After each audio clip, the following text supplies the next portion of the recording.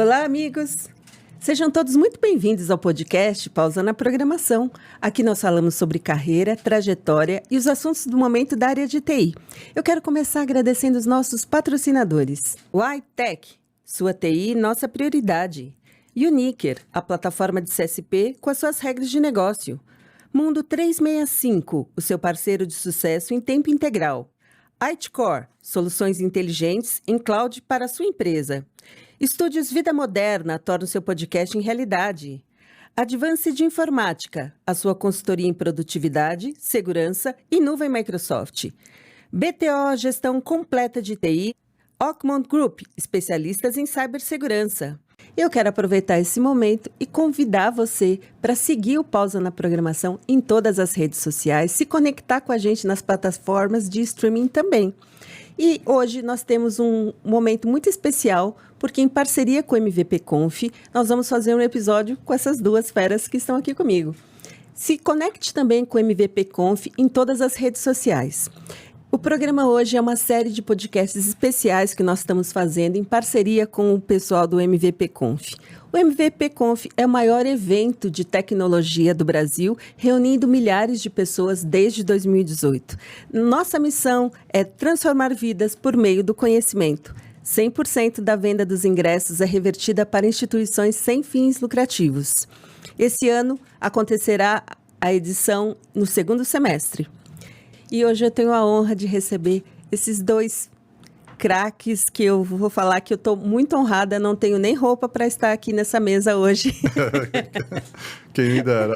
Igor Abadi. Obrigada, Igor. Obrigado você, Rosane, pelo convite. Emanuel Brandão. Muito obrigada, Emanuel. Olá, obrigado pelo convite. E eu quero, de cara, perguntar para vocês de alguma experiência, algo que marcou vocês em edições passadas do MVP Conf. Quem começa? Posso falar. Para mim, acho que o mais emblemático do MVP Conf foi porque ele acabou se tornando a materialização de um sonho.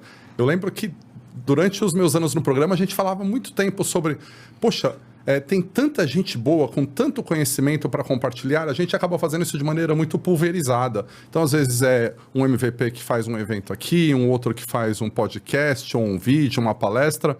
Caramba, por que a gente não junta todas essas pessoas, todas essas cabeças para compartilhar conhecimento? E a hora que a gente viu isso acontecer e poder levar isso para a comunidade, tanto conhecimento junto, e o pessoal numa entrega tão bonita, sabe?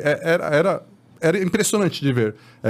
Eu sei que o Brandão talvez tenha tido uma experiência parecida. Eu estou muito curioso para ouvir a opinião dele a respeito, mas me marcou muito ver como, depois de tanto esforço, a gente conseguiu materializar esse evento de entrega mesmo para a comunidade, sabe? Para mim foi muito bonito isso. Sim. Eu acho que todo mundo acho que pensou nisso em algum momento, né? Por que não faz um evento todo mundo junto e tal? Porque tem essas divisões, assim, nada rivalidade, mas um cara de dev, um cara de dados, né? E eventos diferentes. E a MVP Conf trouxe todo mundo no mesmo lugar, né? Uhum. E isso eu acho bastante interessante. O que eu gosto também é das conversas de corredor. Eu acho que evento, o mais interessante... Não mais, né? As palestras são muito boas, mas de você estar no corredor trocando experiências, né? Com o pessoal e ouvindo causos e etc. Isso é muito bom. E assim, eu não vou mentir. Tem amigos que a gente só consegue encontrar nessas ocasiões, né? Sim. Então, estar num evento como esse, seja você como palestrante ou seja você como alguém que está na audiência, às vezes é uma oportunidade de você encontrar alguém que você não vê há anos e que você precisa de um evento para encontrar com essa pessoa. Então, eu acho muito legal aproveitar essas oportunidades, né? Olha, e eu diria para vocês que eu tenho um amigo que ele fala assim, os mió de bom, né? No MVP Conf você vai encontrar os mió de bom, né? Vai poder, além de estar fazendo bem para uma outra pessoa, você vai estar crescendo. E isso é maravilhoso, né? Uhum. Então, se conecta lá, gente. Vai ser bem bacana. E eu queria entender aqui com vocês, por que a gente tem que falar de DevOps? O que você acha? Uma, porque a gente trabalha com isso. É sempre um bom motivo.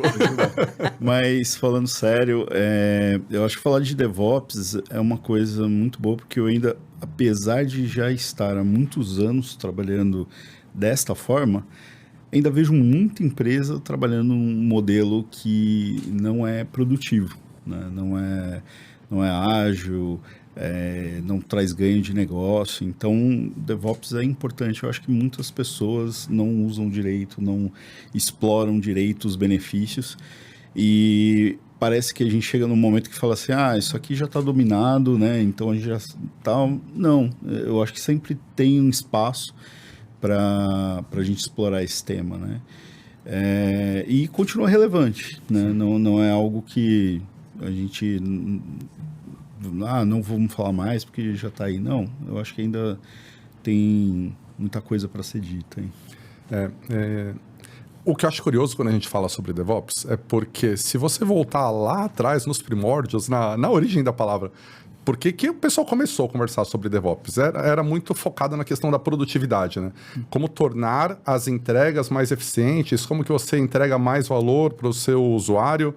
E a sensação que eu tenho é que a gente está tão focado nisso, de eu preciso entregar mais valor, então vamos pensar em processos, melhorar os processos, vamos pensar em ferramentas, usar ferramentas mais modernas, mas eu acho que hoje falar sobre DevOps é uma oportunidade de falar sobre as pessoas que estão por trás de tudo disso.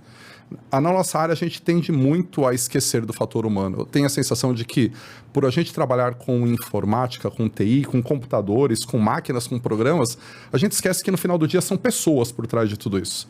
Então, para mim, falar sobre DevOps é sempre uma oportunidade de falar com as pessoas e sobre as pessoas que fazem tudo isso acontecer, né? Ainda que o termo DevOps foque muito nessa questão de desenvolvimento e de operações, mas acho que é uma oportunidade de falar sobre todo mundo que faz essa bola correr e chegar no gol, né? E a gente pode fazer uma jornada aqui, porque o que a gente tem percebido? Que nossa audiência, a gente vai do sênior ao pré-aspirante. Uhum. Vamos falar para o pessoal o que é DevOps e depois a gente vai lá para frente e a gente faz essa brincadeira aqui de para atrair Perfeito. todos os públicos, né? O que é DevOps? Eu acho que tem bastante gente que tem essa dúvida. Tem várias definições e isso é bom porque a gente cada um pode dar uma meia dúzia.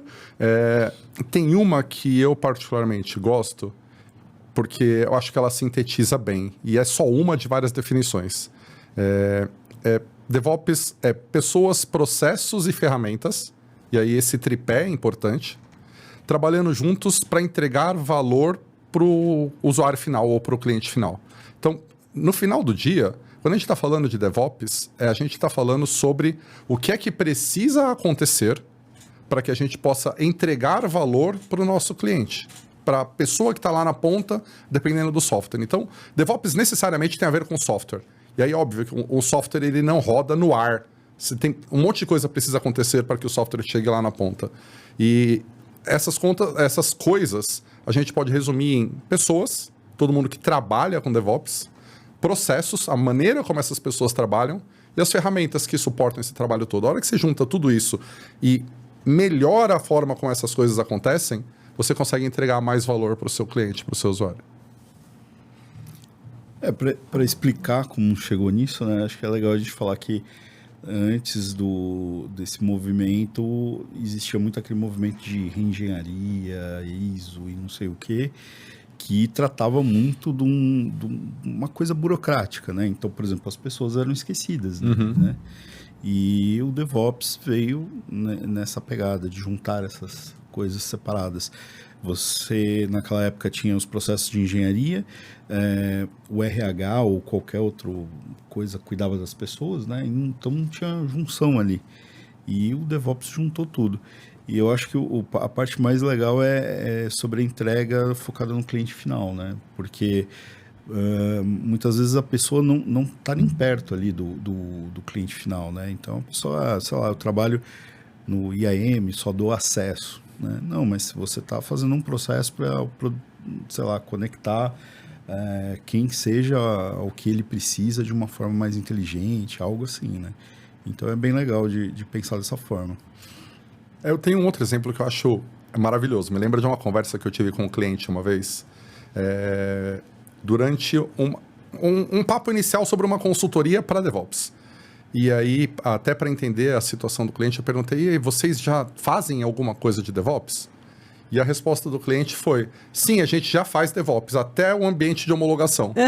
E aí foi maravilhosa essa resposta, porque isso mostra o quanto o pessoal ainda não entendeu o que é DevOps. Porque se você só está indo até a homologação, você não está fazendo DevOps, você não está entregando nenhum valor para o seu cliente lá na ponta. Então não adianta você achar que fazer DevOps, e essa é uma outra confusão muito comum, é fazer automação. Basta automatizar tudo, e aí eu automatizei o meu processo até a homologação, mas como eu tenho automação, então eu estou fazendo DevOps. E é muito mais do que isso. Mas esse exemplo, para mim, é um que eu gosto de compartilhar, porque ele denota como as pessoas ainda não entenderam que DevOps não é Kubernetes, DevOps não é automação, DevOps não é um produto, nem 2, nem 10. DevOps é mindset, é pensar o que a gente pode fazer para o nosso usuário, para o nosso cliente receber valor com mais frequência. Né? E qual que é o impacto das práticas de DevOps na produtividade das pessoas, na satisfação das equipes? Isso, no começo, era talvez um tanto intangível, e acho que uma das formas da gente explicar isso é comentar um pouco sobre o DORA, né? O DORA é uma pesquisa que acontece quase que anualmente, feita por um instituto chamado DORA, que hoje faz parte do Google, que conversa com empresas do mundo inteiro e entrevista pessoas dos mais diversos setores, diferentes indústrias, para entender qual é o impacto que DevOps tem feito nessas empresas. Então, uma forma ótima de responder essa pergunta, que é, o que acontece na minha empresa se eu usar DevOps? O que você tem visto nesse sentido? Você teve a oportunidade de ver alguma coisa recente sobre o DORA? Confesso que o último eu não li, né? Mas o anterior tinha uma discussão bastante interessante do Elite Group, né? Eu acho que foi no anterior que surgiu, né? O conceito de Elite Group. E na época eu estava numa empresa em que a gente começou a colocar isso como meta, né? Então, vamos trabalhar para estar nesse Elite Group. E o que é isso, né? Basicamente a maturidade, né? Então, o Igor falou é uma pesquisa com várias empresas, então eles vão olhar as diferentes maturidades que essas empresas estão, e o Elite Group está lá em cima, e aí tem vários parâmetros, né, que eles medem, e falam assim, bom, você está aqui, você está parte desse Elite aí. Depois eu acho que eles até tiraram o Elite Group, mas era algo legal de você perseguir, né? E procurar o que eu preciso melhorar para ir evoluindo nesse sentido, né? É interessante porque talvez você já tenha visto isso aí na sua empresa, talvez você já tenha se dado conta disso ou ouvido em algum momento, mas isso é uma coisa que, pelo menos na minha experiência, é bastante recorrente, de empresas perguntando sobre métricas. Eu quero ter métricas, porque eu quero medir produtividade. E aí, eu às vezes até fico com vergonha de perguntar, mas no meu papel eu preciso perguntar mas o que você quer fazer com essa métrica? Porque, querendo ou não, métrica é uma armadilha muito perigosa. Porque muitas vezes o que a gente vê nas empresas é o pessoal usando métrica de vaidade. Ou seja, eu quero ter um dashboard bonito na parede, com um monte de indicadores, para eu poder, quando o meu diretor passar ali no corredor, eu falar, olha, tá tudo verdinho. Mas eu não faço nada de útil com essa informação. Se a pessoa tiver, se for daltônico, ferrou, né? Ferrou. Pior ainda. Ainda por cima é isso, porque a gente nem faz a distinção do verde e do vermelho e a gente ainda quebra a perna dos daltônicos. Pois é. Eu tive esse caso. Reclamaram que na status page, um daltônico falou assim, eu não consigo entender a status page de vocês. Justo. E 1 a cada 10 homens é daltônico. Pois é. É uma população grande. A gente não pode desconsiderar. E aí já fica uma dica para você que é web developer que está ouvindo a gente, ou desenvolvedor de uma maneira geral, e que está responsável por UI ou UX. A gente hoje fala muito sobre acessibilidade, e que bom que a gente fala bastante sobre acessibilidade. Mas o que eu tenho percebido é que, na maioria dos casos, quando a gente fala sobre acessibilidade, pensa-se na pessoa com deficiência visual. Uma pessoa que tem visão restrita ou que não consegue enxergar. E aí a gente se preocupa com coisas como leitores de tela e tudo mais, o que é muito importante, pelo amor de Deus. Não é para deixar de fazer, continuem fazendo. Mas a acessibilidade é mais amplo do que isso. E o daltonismo é um dos aspectos que a gente tem que levar em consideração quando a gente fala de acessibilidade, né? Mas voltando a falar sobre Dora, e eu estava falando da questão das métricas, por quê? Talvez você já tenha ouvido falar de métrica SMART. E toda vez que a gente define métrica, SMART é um bom critério para você saber se a métrica é boa. E para mim, o A do SMART é o aspecto mais importante de todos. Ela tem que ser actionable. Você tem que fazer alguma coisa, você tem que ser capaz de agir em cima daquela métrica.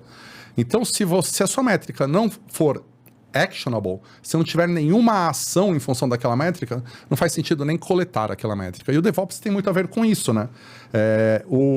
O Brandão lembrou da questão do Elite Group, e eu acho que é bacana, porque quando você olha para o Dora, e tem todos aqueles números que o estudo traz, esses números te ajudam a criar um benchmark. Poxa, eu quero me espelhar nisso porque eu sei que se eu mudar as minhas práticas nesta direção, os resultados vêm, os resultados estão evidenciados. Mas para isso, para você saber se você está evoluindo, você tem que medir de onde você saiu e até onde você chegou. E eu acho que uma das maiores contribuições que o Dora trouxe nesse sentido são as 4 métricas-chave, né? Para você não ter que ficar inventando um monte de métricas, no primeiro estudo que o Dora fez, num livro chamado Accelerate, eles perceberam que se você queria evidenciar a sua evolução, e principalmente para tentar distinguir o que as empresas que tinham pouco resultado com DevOps estavam fazendo de errado em comparação com as empresas que tinham um grande resultado com DevOps, bastava você olhar para 4 métricas. E essas 4 métricas são suficientes para você saber se você está no caminho certo ou não. E talvez esse é uma boa sugestão como um ponto de partida, né? Eu acho que a maioria das ferramentas implementa ela de bate-pronto, né? Então, se você configura direitinho, você já sai medindo isso e consegue ter uma ideia de onde você está, né? Mas o importante é como você falou, né, Igor? O que você vai fazer com isso, né? Então, eu já passei por isso de equipes falarem assim, vamos deletar aqui que a gente fez só os testes, né? Para ficar bonito. E não, né? Deixa lá, vai rodando, né? E você vai tomando ações analisando os dados em cima do que você está coletando. E essas 4, apesar de serem só 4, são difíceis de você ir... o que elas estão dizendo, como é que eu mexo, como é que eu acelero, como é que fica melhor, né? Então, não é uma coisa simples, né? Apesar de ser apenas 4. Só 4. Só. E é engraçado porque... Mas vocês vão falar sobre isso? Vamos, a gente tá fazendo um suspensezinho só para o pessoal ficar na expectativa. Eu já ouvi assim, mas só 4, parece simples e tal, né? Mas eu quero mais, né? Normalmente o pessoal nem começou pelas 4 e já quer mais, já começa a colocar um monte de coisa. Enquanto que você começar nessas 4 e ir trabalhando nelas já vai te garantir mais qualidade ali. E aí vamos falar delas antes que a Rosane tenha um piripaque aqui. A primeira das métricas é a Change Lead Time. Ou seja, qual é o tempo que você leva para que uma mudança que foi feita no software chegue em produção.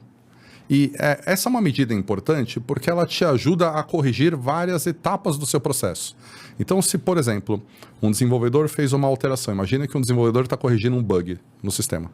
E aí ele fez o commit daquela correção do código, o código está lá disponível para que em algum momento alguém compile aquilo de alguma forma, idealmente automatizado, mas que de alguma forma aquela alteração chegue lá no usuário final, chegue lá em produção. Porque, de novo, aquilo que a gente estava falando, DevOps até a homologação não é DevOps, a gente precisa que isso chegue no usuário final. E se essa correção desse bug está levando 1 semana, está levando 2 semanas, está levando 1 mês para chegar no usuário, é um tempo em que esse valor que foi produzido não foi realizado.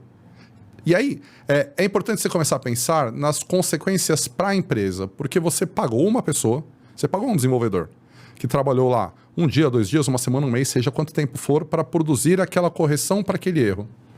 Aquele erro foi corrigido, aquele trabalho foi feito, e aquele serviço ficou parado. É mais ou menos a mesma coisa de você ter um comércio. Então, imagina que você é o dono de uma vendinha, um dono de um supermercado, um dono de uma loja, seja lá o que for. E aí você vai no seu fornecedor e compra produtos. Então, imagina que você é dono de uma loja de roupa e você vende calça jeans. Aí você vai lá no fornecedor, compra 100 calças jeans. E ao invés de você botar na vitrine para os seus clientes, você deixa guardado no estoque. Aquele dinheiro parado. Aquele dinheiro podia estar rodando, você podia estar entregando valor para o seu cliente, que é a venda no final do dia.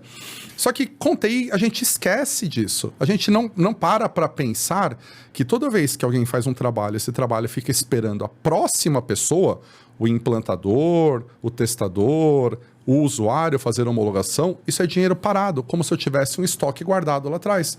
Porque esse valor só se realiza quando ele chega no usuário final. Então, medir esse change lead time é importante por isso, porque ele me ajuda a perceber que esse meu processo entre o desenvolvimento e a entrega em produção poderiam ser melhores se eu mexesse nos meus gargalos. E eu nunca vou perceber que eu tenho gargalo se eu não começar a medir esse tempo. E aí eu posso ter como meta reduzir de 1 mês para 3 semanas, para 2 semanas, para 1 semana. Porque quanto menos tempo essa correção ficar parada, menos tempo meu dinheiro está parado. Isso aí. O TI é muito abstrato, né? Então, como você não está lidando com a matéria, não parece mais código parado, é estoque parado, né? Então, você já pagou o salário do desenvolvedor e por aí vai, outros custos, né? Então, esse código que não está chegando no usuário final não está servindo para nada, né? É inútil. Estou ouvindo vocês falarem, mas isso acontece? Quase nunca. Quer dizer, eu ouvi falar que lá na Suécia é bastante comum de acontecer. Aqui no Brasil nem tanto, mas lá na Escandinávia acontece bastante isso. Na Eslovênia isso não acontece. E é engraçado que a gente tem muito isso da cultura, né? Que a gente acha que acontece aqui, em que outros lugares. Não, porque lá fora tem muita tecnologia e lá fora acontece muito também. Até porque eles produzem mais código que a gente, né?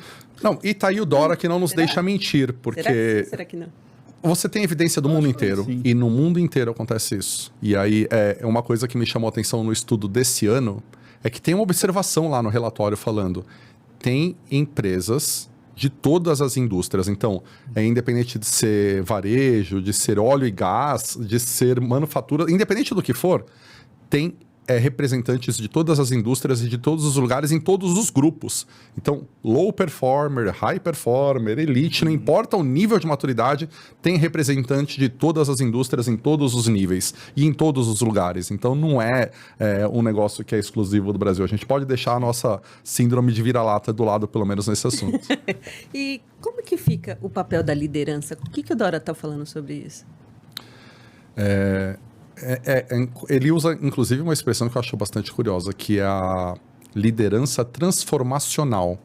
E sem uma liderança transformacional, ou seja, um líder que assuma o papel de ajudar a equipe a gerar a transformação necessária, porque DevOps é transformação de cultura, né? E isso fica muito evidente quando a gente começa a falar das métricas, e a gente volta nesse ponto já, mas é interessante que, usando o exemplo do Change Lead Time para falar sobre a liderança transformacional, se eu não tiver o apoio da liderança e esse mindset de transformação, aquele tempo de 1 mês para 2 semanas, para 1 semana, ele não vai se reduzir, porque não é um trabalho, não é um problema exclusivo de engenharia.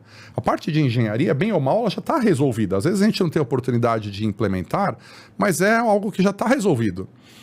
Muitas vezes, os aspectos que fogem à engenharia são mais complicados. Homologação é um exemplo. Dica: se na sua empresa vocês têm um negócio chamado homologação, pelo amor de Deus, tira isso da sua vida. Homologação é um problema em toda e qualquer empresa. A gente está muito acostumado com esse conceito de homologação. De desenvolve o software, coloca lá no ambiente, espera o usuário ir testar. Posso te dar uma má notícia? Toda vez que você faz uma homologação, que você entrega um software para o usuário homologar, a única coisa que você está conseguindo com isso é dizer que você não está fazendo o seu trabalho. Porque se você tivesse testado o software, eu não precisaria que o usuário testasse. É muito... Eu sei que eu vou soar pesado, E eu sei que eu vou soar polêmico, mas foi para isso que você me convidou. Beira a irresponsabilidade a gente delegar para um usuário, uma pessoa que não foi treinada, que não foi capacitada, que não tem o conhecimento técnico necessário, ser a pessoa responsável pelo sign-off do software. A pessoa que diz se o software entra em produção ou não. E é muita sacanagem da equipe de desenvolvimento. Sabe por quê? Porque se der problema em produção, ele vai falar, mas o usuário aprovou. O problema não é mais meu. Transformar esse tipo de coisa vai muito além da tecnologia. Isso é cultural. E aí ter um líder com a vontade de transformar isso é muito importante. Porque é muito fácil se colocar numa situação de zona de conforto nesse momento e falar, a gente sempre fez assim, não sou eu que vou mexer, deixa quieto. E aí, uma das coisas que o estudo comenta é que porque a gente falou e são 4. E a gente vai voltar nos outros ainda. mas só para fechar esse parêntese da liderança transformacional, não só a gente precisa dessa pessoa para mudar os processos, mas essa pessoa, inclusive, faz diferença no turnover da equipe. O nível de satisfação da equipe de desenvolvimento e da equipe de operações está diretamente ligado à percepção que eles têm da liderança transformacional. Se eu não tiver esse líder, eu não mantenho o time. Eu não consigo manter o time unido. E esse é um desafio para todo mundo na área de TI. A gente está tanto tempo falando que não tem profissional suficiente disponível no mercado, está sempre aquele desespero de contratar. E quando a gente traz talento, a gente não retém talento. E a gente ainda não parou para pensar. E tem bastante coisa para a gente falar sobre isso. E talvez a gente vai pincelando à medida que a gente vai falando das outras métricas, antes que o pessoal lá de casa que está assistindo a gente, que está ouvindo a gente, fique desesperado. Tá bom, mas as outras 3 métricas, vamos falar das outras 3 métricas. Quer puxar assim? Ou se não, a gente deixa. E faz um próximo episódio só para falar sobre isso. Não, porque o Dora, pelo que eu tô vendo aí, é um negócio que... É bastante extenso. Não é um... Imagina que todo ano tem relatório, né? Então... acho que só não teve o primeiro ano de pandemia, eles cancelaram, mas além de você ler o do ano, você comparar com os anos anteriores, né? Sim. Voltar lá no 2014, fazer comparação, isso é bem legal, né? Então, é muita coisa que tem para ver sobre isso. Mas vamos falar da outra, né? Qual que a gente puxa agora? MTTR? MTTR, pode ser. MTTR é boa, né? O Mean Time to Recovery. Essa métrica ela é bastante interessante porque é o tempo de recuperação de falha, né? Então, quanto tempo a equipe leva para fazer uma recuperação de falha?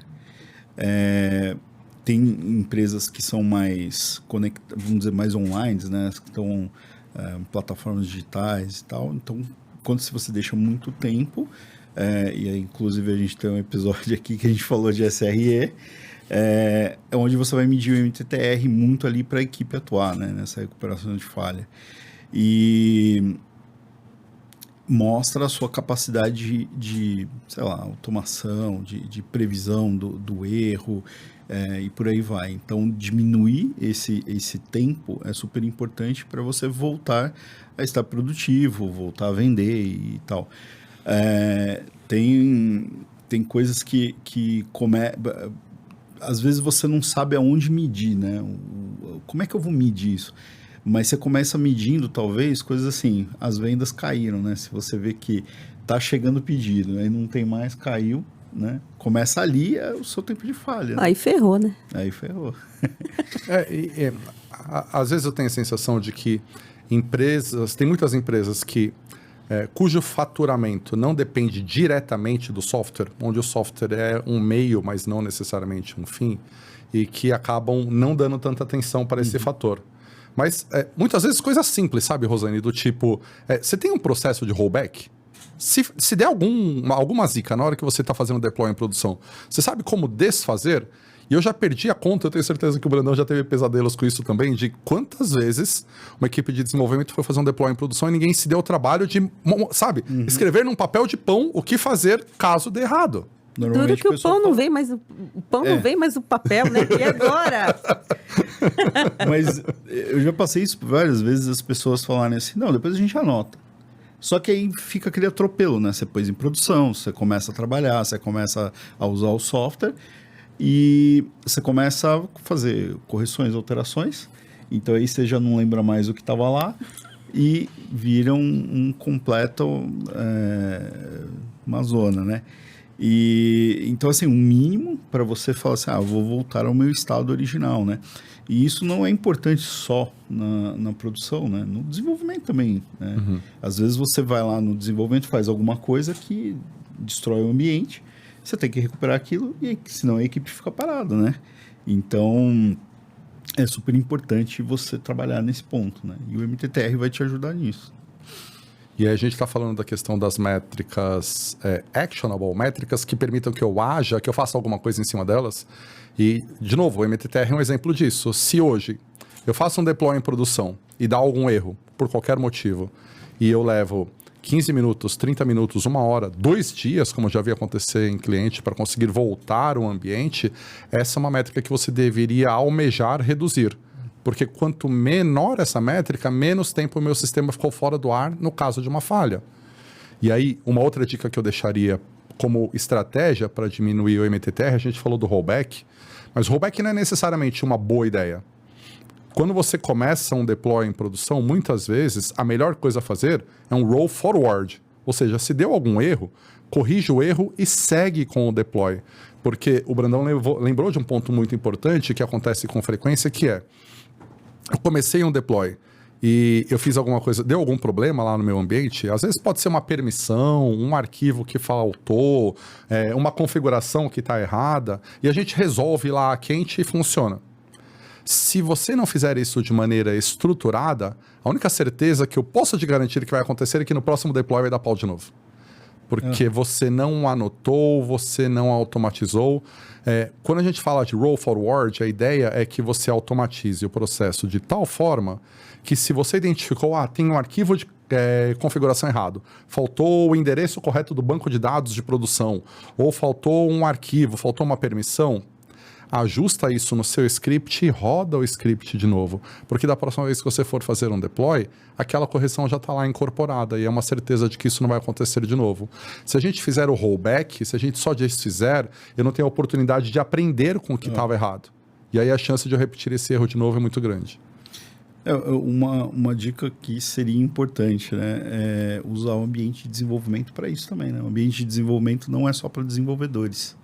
Ele é para o pessoal de infra testar, o pessoal de banco de dados, né? Então, muitas vezes o ambiente de desenvolvimento acontece isso que o Igor falou, a gente dá rollback para voltar para o pessoal de dev continuar trabalhando.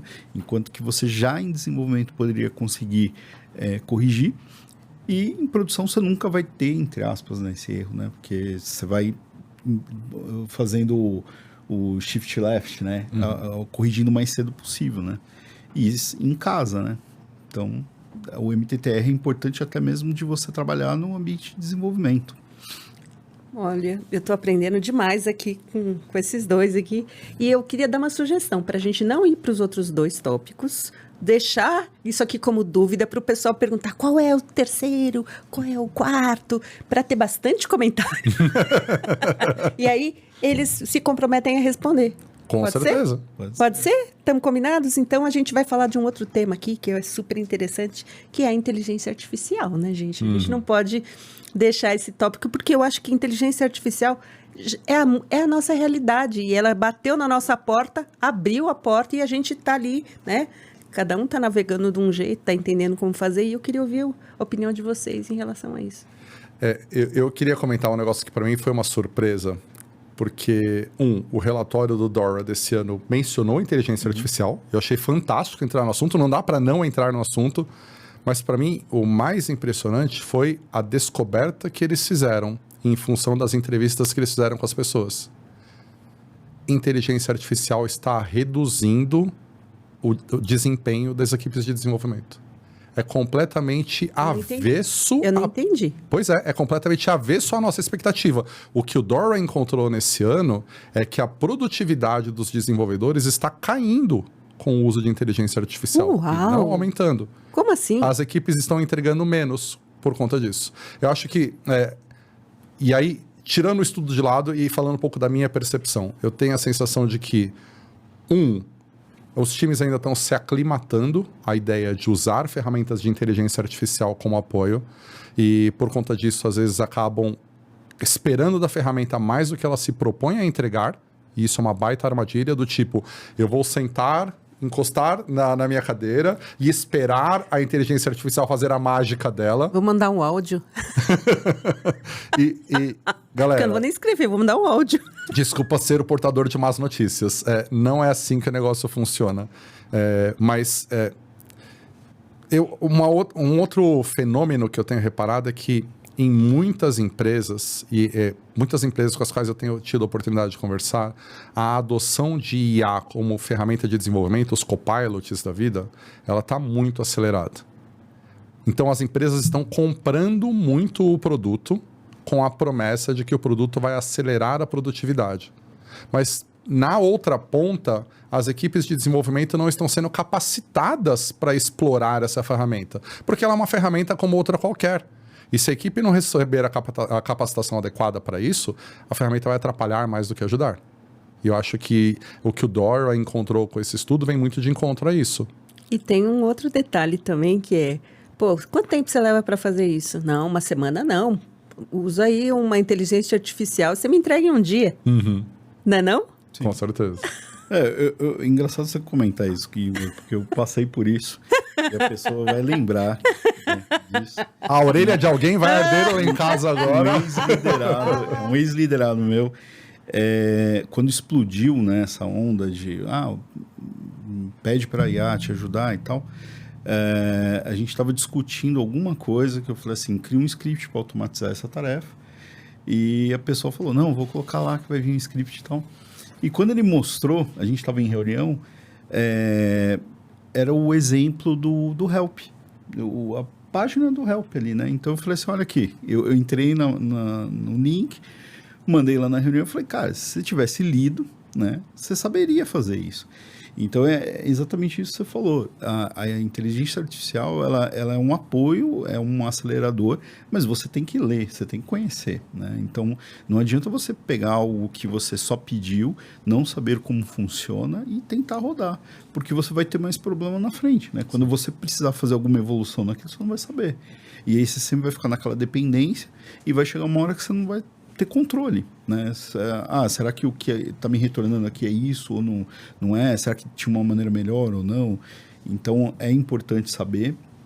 É um acelerador, mas eu acho que é um acelerador para quem conhece. Então, quem está fazendo melhor uso são os especialistas, os seniors, né? Que eles já têm aquilo na cabeça, então eles sabem avaliar prontamente o resultado.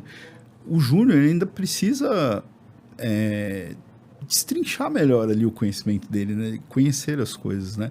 Lógico que ele pode usar a IA para isso, né?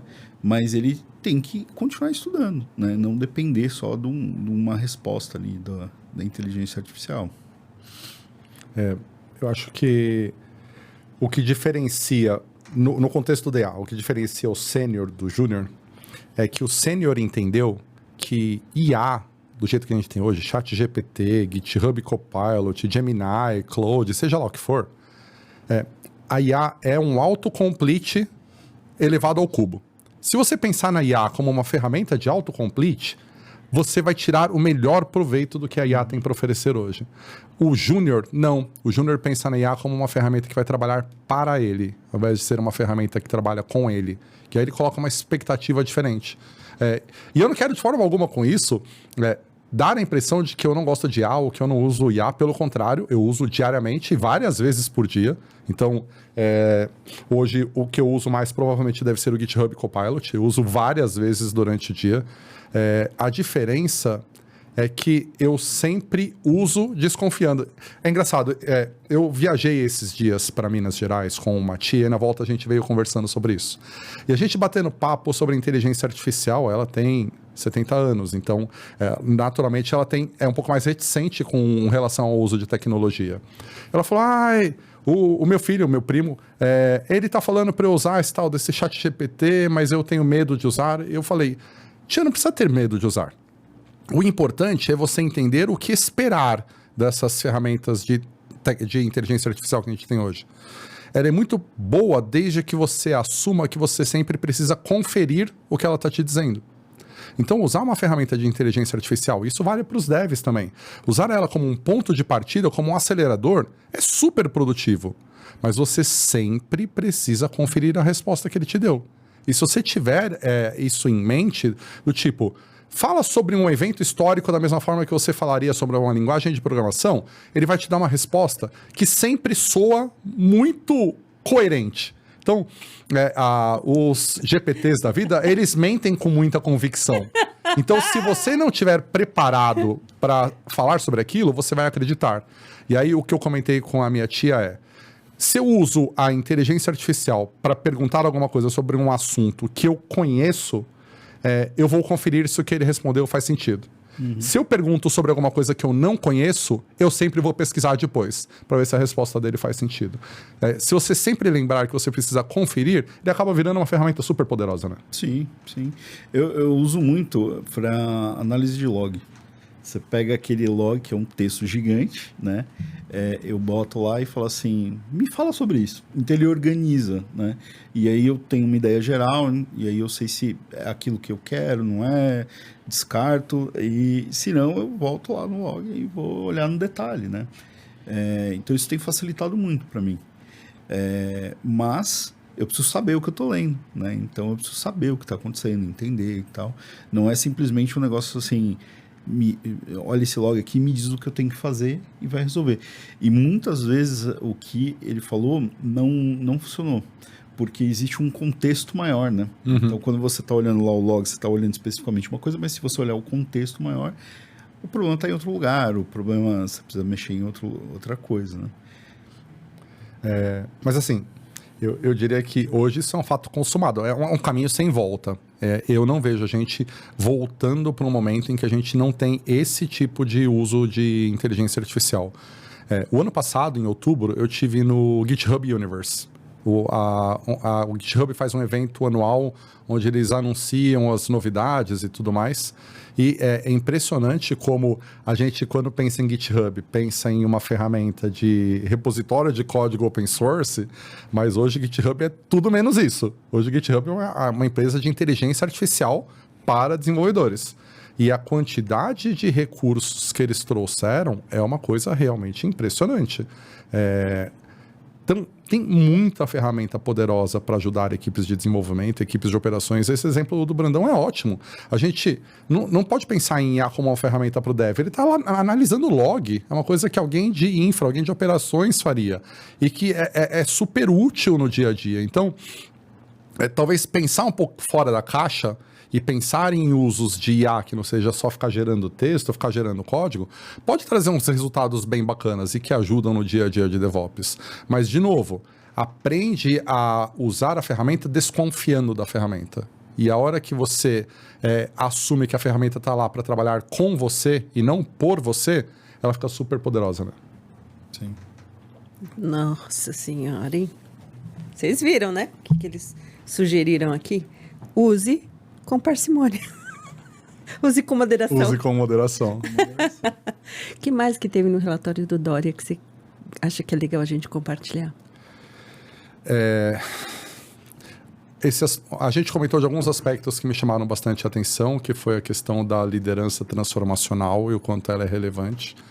A questão do uso da IA. Esse foi o fator que mais me chamou a atenção. Porque, na verdade, ele vai contra tudo que todo mundo está falando, né? Me passou um pensamento pela cabeça que talvez seja melhor guardar, mas... Mas não é contra, é que, de novo, né? Você vê como é importante a gente ter métricas, né? A gente acha que só o uso da ferramenta por si só resolve, né? E é aquela coisa da... one size fits all, bala de prata e etc. E não é assim, né? A gente sabe que toda ferramenta você precisa ter um momento de entender, de treinamento, fora o momento que ela vai se acomodar num processo da empresa. Às vezes você vai colocar alguma coisa que não funciona, que não te serve. E para mim é isso, a gente ainda está nesse momento, né? É uma coisa muito nova no dia a dia, né? Apesar de estar aí 30 anos, no dia a dia é novo, né? Então, como que isso funciona dentro dos processos e tal?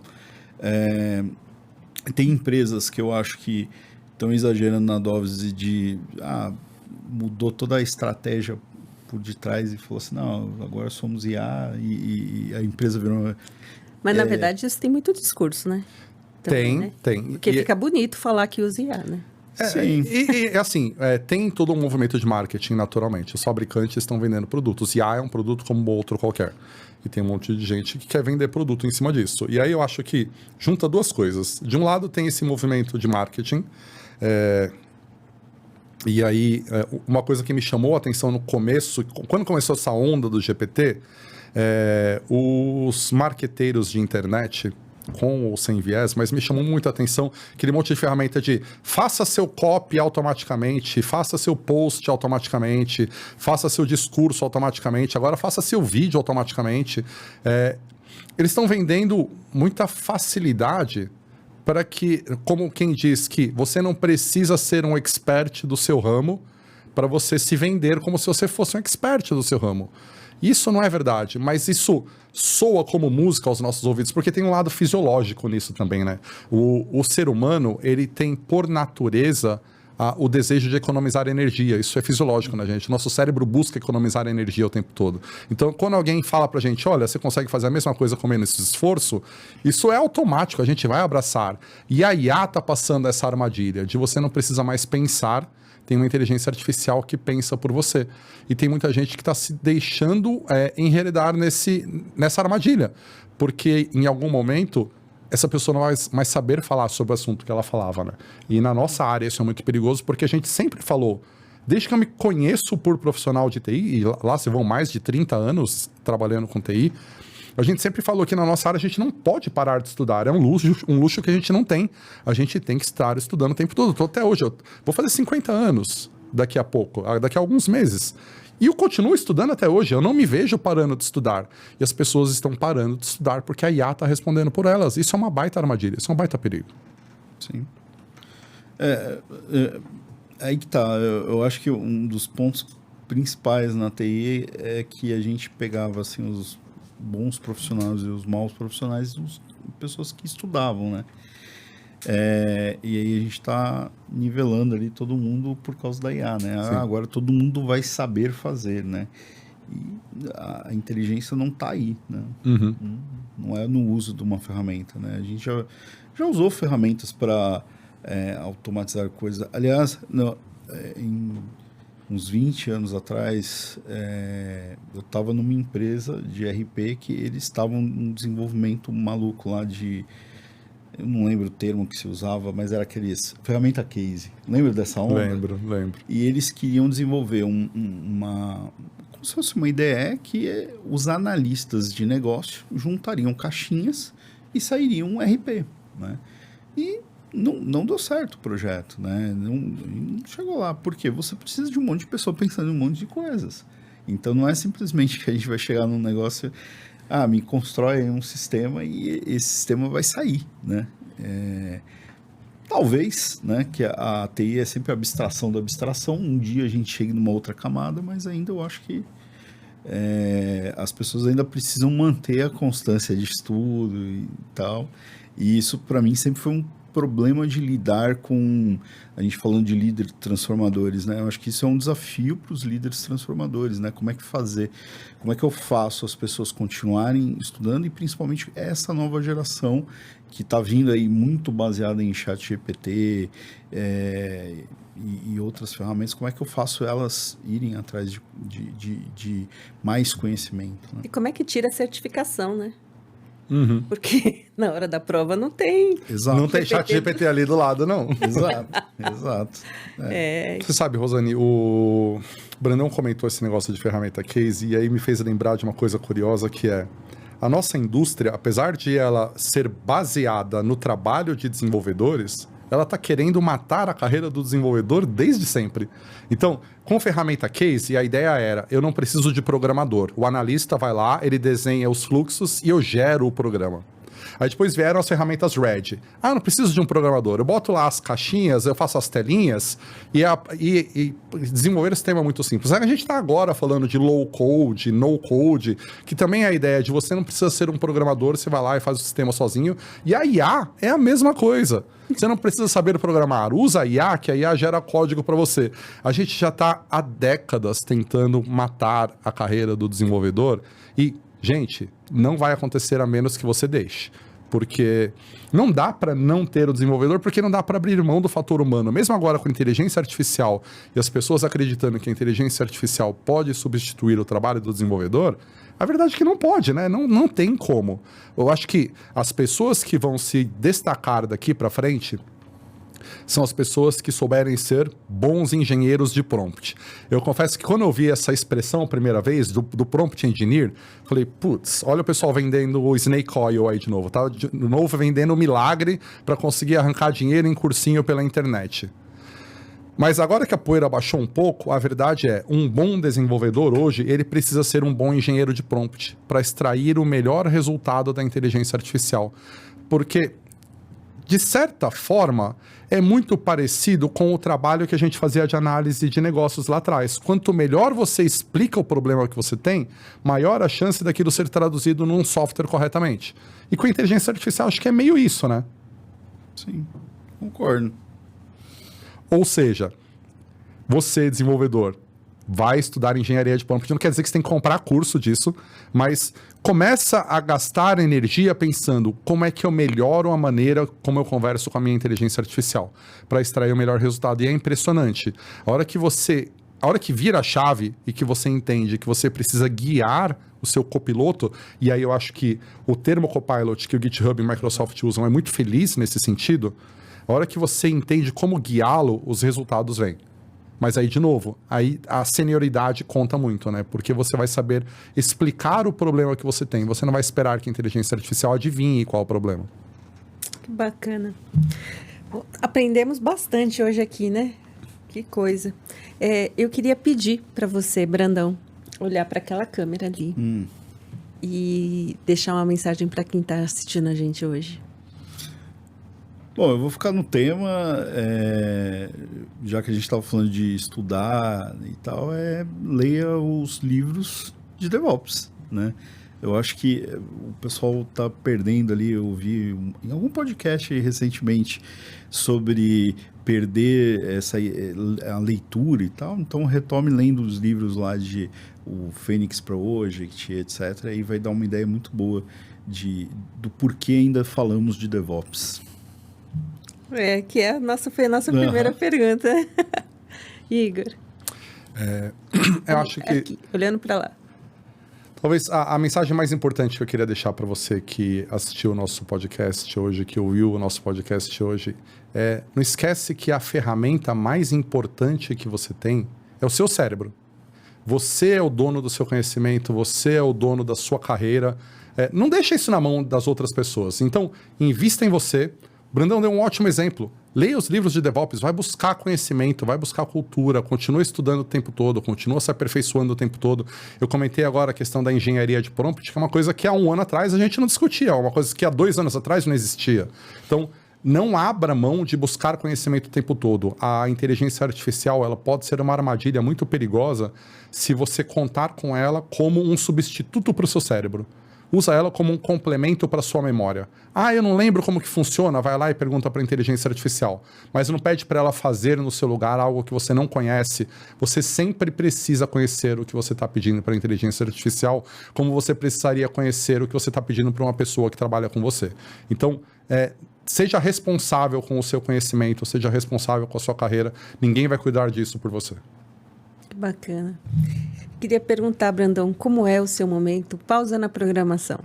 Como que você faz para você recarregar a sua energia? Bom, ultimamente eu só não estou recarregando, só estou gastando a minha energia. Muito cuidando dos meus 2 filhos, né? Estou com 2 crianças pequenas, 3 e 1 ano. Então tá indo tudo ali o foco. Eu tenho lido com eles, né? Então não estou lendo mais para mim, leio para eles. Monto barraquinha e esse tipo de coisa. Mas eu gosto muito de ler, né? Então, por isso até deixei a recomendação aí. E quando eu tenho uma pausa aí dos filhos, aí eu aproveito. Bacana. Igor? O Bruno tá com 2, em casa eu tenho 3, mas os meus 3 já não são mais pequenos. Tem um de 21, de 16 e uma de 10. Então, a gente já está numa fase muito diferente. Com a correria do dia a dia, a minha pausa na programação inevitavelmente envolve a família, né? Então, a oportunidade de estar com eles, de repente... Às vezes, sabe que negócio de só conseguir sentar no sofá para assistir uma série já é um lucro. E aí, esses dias Até a gente porque conseguiu... para chegar na conclusão de qual vai ser a série, né? Tem uma pequena discussão em cima disso. Mas, tirando esse momento de sentar no sofá e assistir TV, adoro jogar basquete. Não quer dizer que eu seja um bom jogador de basquete, quer dizer apenas que eu gosto de jogar basquete, é muito diferente. Gosto de jogar vôlei também. E para mim tem sido especialmente gostoso esses momentos de jogar bola, porque o meu filho do meio, com 16, a gente está jogando junto. Então, tem a igreja que a gente frequenta, tem uma quadra, a gente está lá 2 vezes por semana, pelo menos, jogando junto. Então, tem sido duplamente gostoso, porque é um momento de aproveitar o esporte que eu curto e de estar com meu filho. O mais velho agora está na faculdade, não está podendo jogar com a gente, mas tem sido um momento bem gostoso. Isso me dá uma baita recarregada na energia, com certeza. Que legal. Obrigada a vocês dois por compartilharem tanto conhecimento com a gente. Imagina, obrigado pela oportunidade. E a gente estava brincando um pouco antes, né, Rosane, que eu adorarei, já estou fazendo isso aqui ao vivo para deixar a Rosane na saia justa mesmo. Adorarei ser convidado para uma outra oportunidade. Adorei estar aqui, de verdade, curti muito e ficaria muito feliz a gente ter uma outra oportunidade de bater mais papo no futuro, com certeza. Igor, você está convidadíssimo. Brandão, eu vou adorar saber mais também de você. Os dois estão super convidados para a gente bater um papo falando do profissional, né? Olhando para a experiência que vocês têm, porque vocês têm tanta coisa para compartilhar. Então, vamos marcar sim, vamos fazer isso acontecer. Combinadíssimo. Tá? Obrigada. Obrigado, pessoal. Meu amigo, minha amiga, para você que está ouvindo a gente, muito obrigada pela sua audiência. Até a próxima semana. Nós vamos deixar aqui na descrição do vídeo o contato do Igor. Se conecte com ele, se conecte com o Brandão. Eles compartilham várias coisas legais nas redes sociais, então é bacana você estar com eles. Se conecte com o MVP Conf, se conecte com o Pausa na Programação. Toda semana a gente traz um conteúdo novo para você. A gente se vê no MVP Conf e aqui no Pausa na Programação na próxima semana. Obrigada. Tchau, tchau. Tchau, pessoal.